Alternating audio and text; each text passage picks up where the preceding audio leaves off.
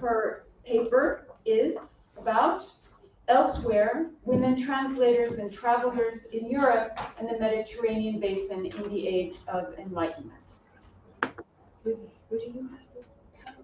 No, we're just going to. Okay, so you just push your button. And it goes on and I'll tell you. You want her to sit here?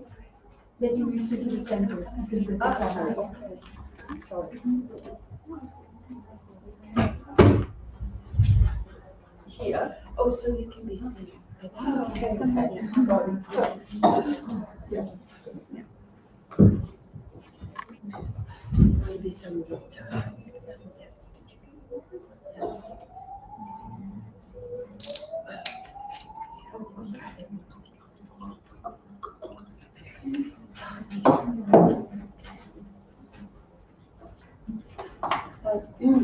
My heartfelt thanks to Monica, Laura, Inna, and Catherine, and to all the staff in this exciting conference for giving me the chance to take part in this exciting conference and project.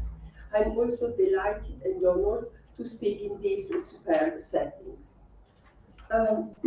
During the 17th century, accounts of travel and often imaginary journey were an important source of reflection for women, firstly as readers of travel books, but also with increasing frequency as translators and travelers in their own right. Travel as a sentimental education, travel as cultural transfer and translation of text, ideas, and emotions. Between the 17th and 18th centuries, this area became a sphere of expression for important female figures, not only women philosophers and women scientists, prophetess, and religious, but also translators. Women were also involved in other significant forms of translation and transposition, for instance, through the eyes in the case of artists such as Elisabeth Louise Vigée-Lebrun, a great traveler and portraitist around the turn of the 18th century, who has also left us her fascinating travel journals. Or again, the 20 plates containing in a description of Latium, reproducing the place visited and described by Alice Cornelia Knight, who also translated a collection of hymns and poems of a religious character entitled Translation from the German in Prose and in Verse. The new century, and to an even greater extent the Enlightenment period, brought significant changes both to the actual physical condition of traveling and to the perception of its importance, the meshing of different spheres of knowledge that it entailed, and the emergence of female figures in the intertwined field of translation, cultural transfer, and travel. This raises a number of questions. What original features did traveling acquire in the 18th and 19th century that distinguished it from the medieval in Iter Studiorum and the Grand Tour of the Renaissance and Baroque periods? How did the translation of different types of text, classical, philological, and on travel, affect the sensitivity, knowledge, and experience of traveling, and in general the narrative art of the women travelers at the time?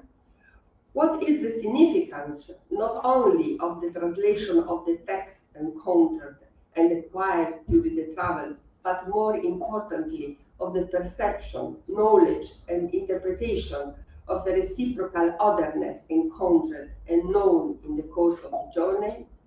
And as the leitmotif that pervades and links these questions, what was the distinctive contribution and the preeminent role of the women travelers and translators vis-à-vis their experience of travel and interpretation of the otherness encountered?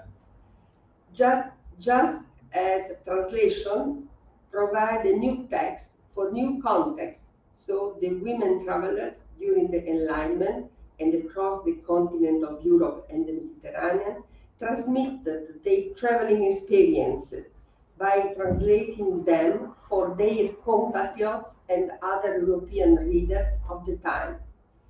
Another aspect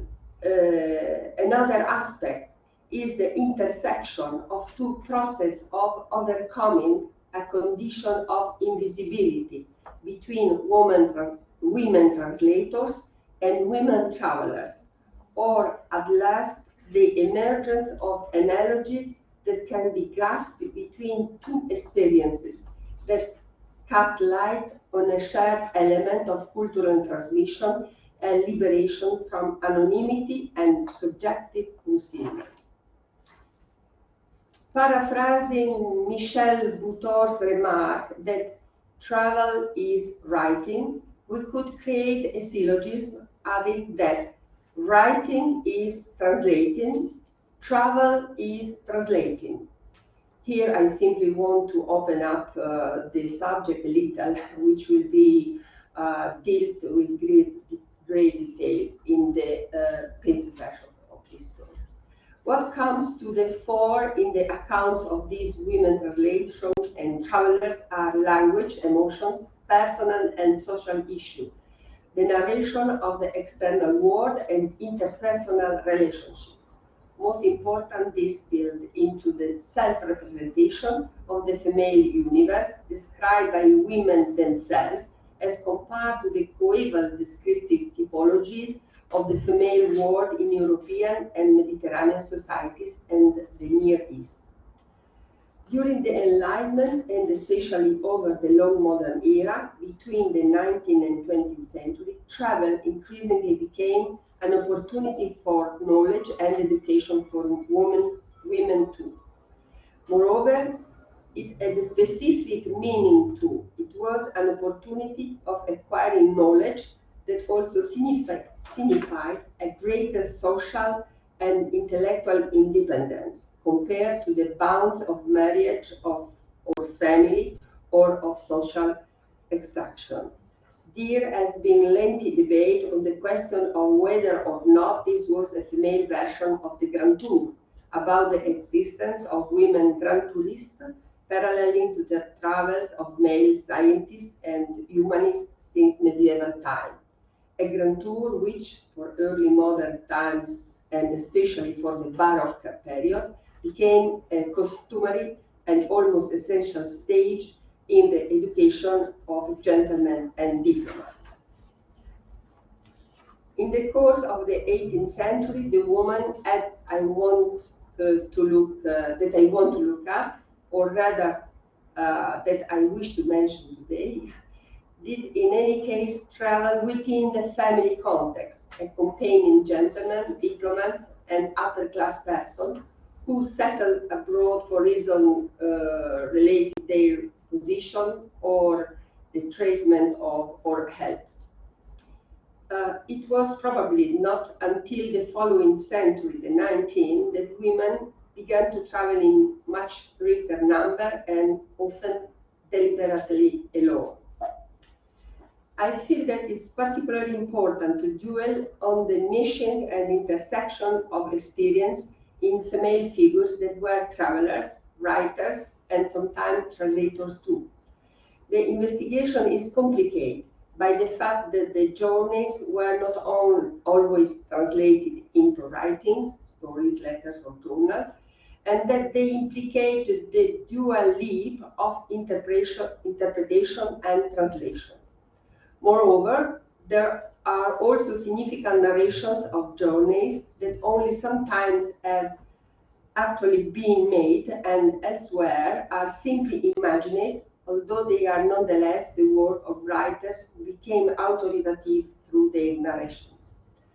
Writers who, despite sometimes being obliged to conceal their gender, overcome the silence of rhetoric of female modesty and openly criticize the cliché of the similarly between the elegant and unfaithful translation and its unfair reference to the world of women. Women who were at once travelers and also writers and translators, a complex and far from obvious formula. Recent studies are increasingly casting light on the centrality of the cultural contribution. I shall simply mention that these women, despite the fact that they were often feminist, had difficulty in asserting the role of a translator and having their names on the title pages of the works that they had translated.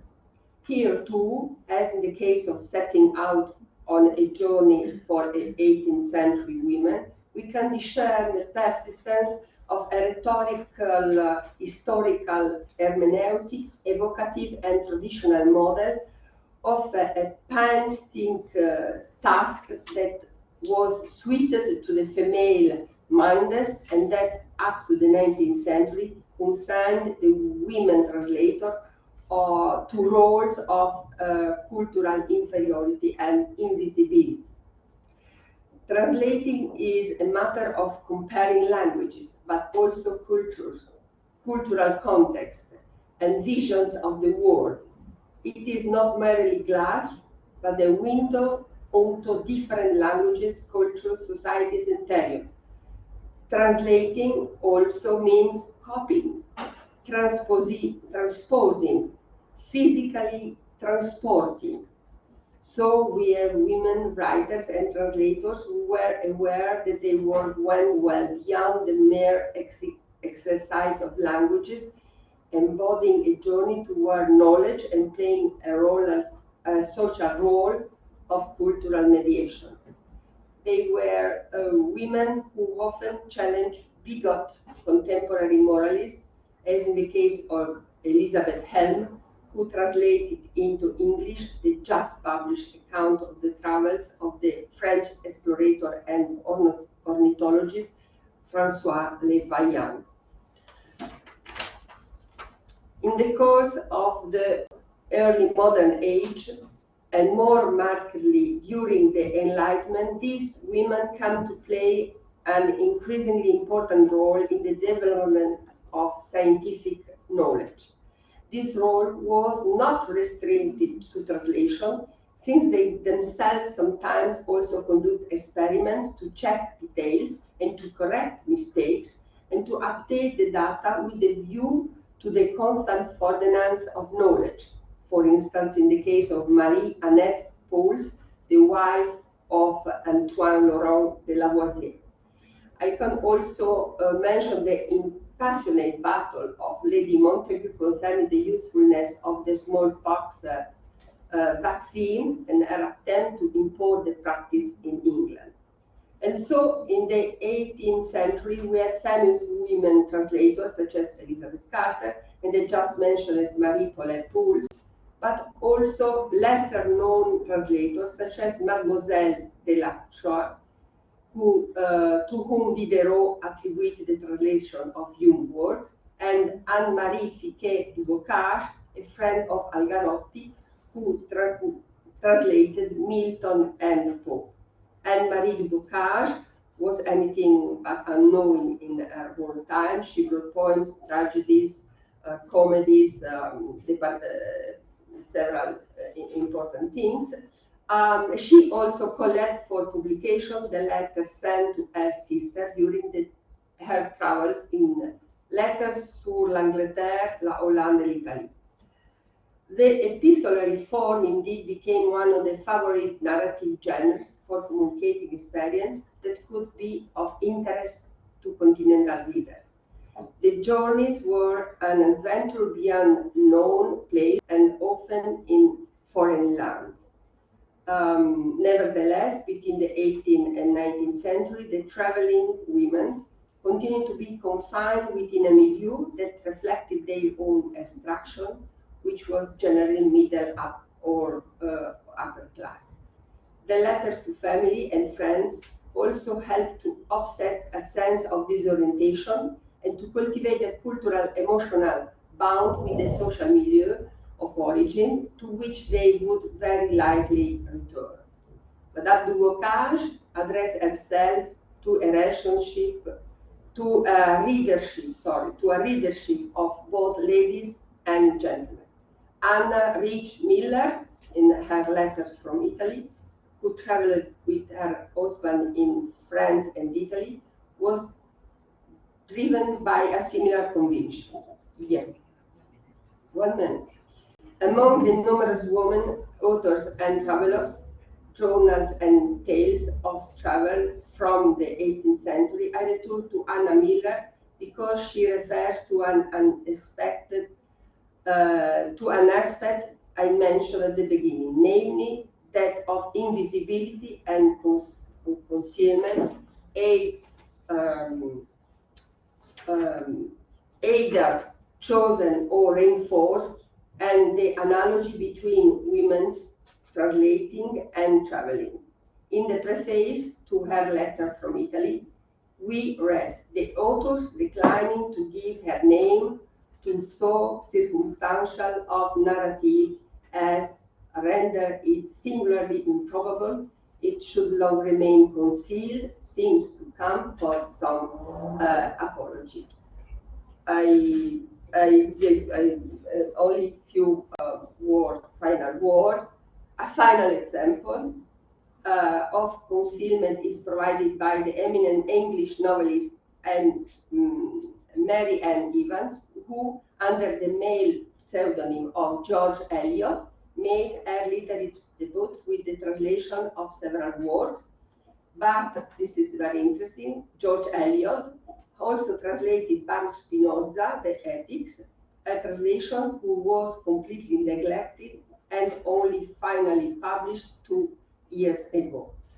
I should like to end by simply emphasize the fact that these travel literature were an amalgam and hybridization across the field of historical, anthropological, geographical, and philosophical studies, post-colonial studies, and narrative. It's pivot around the hermeneutic mesh of the translating transfer of the figures of women travelers, translators, and writers in the area of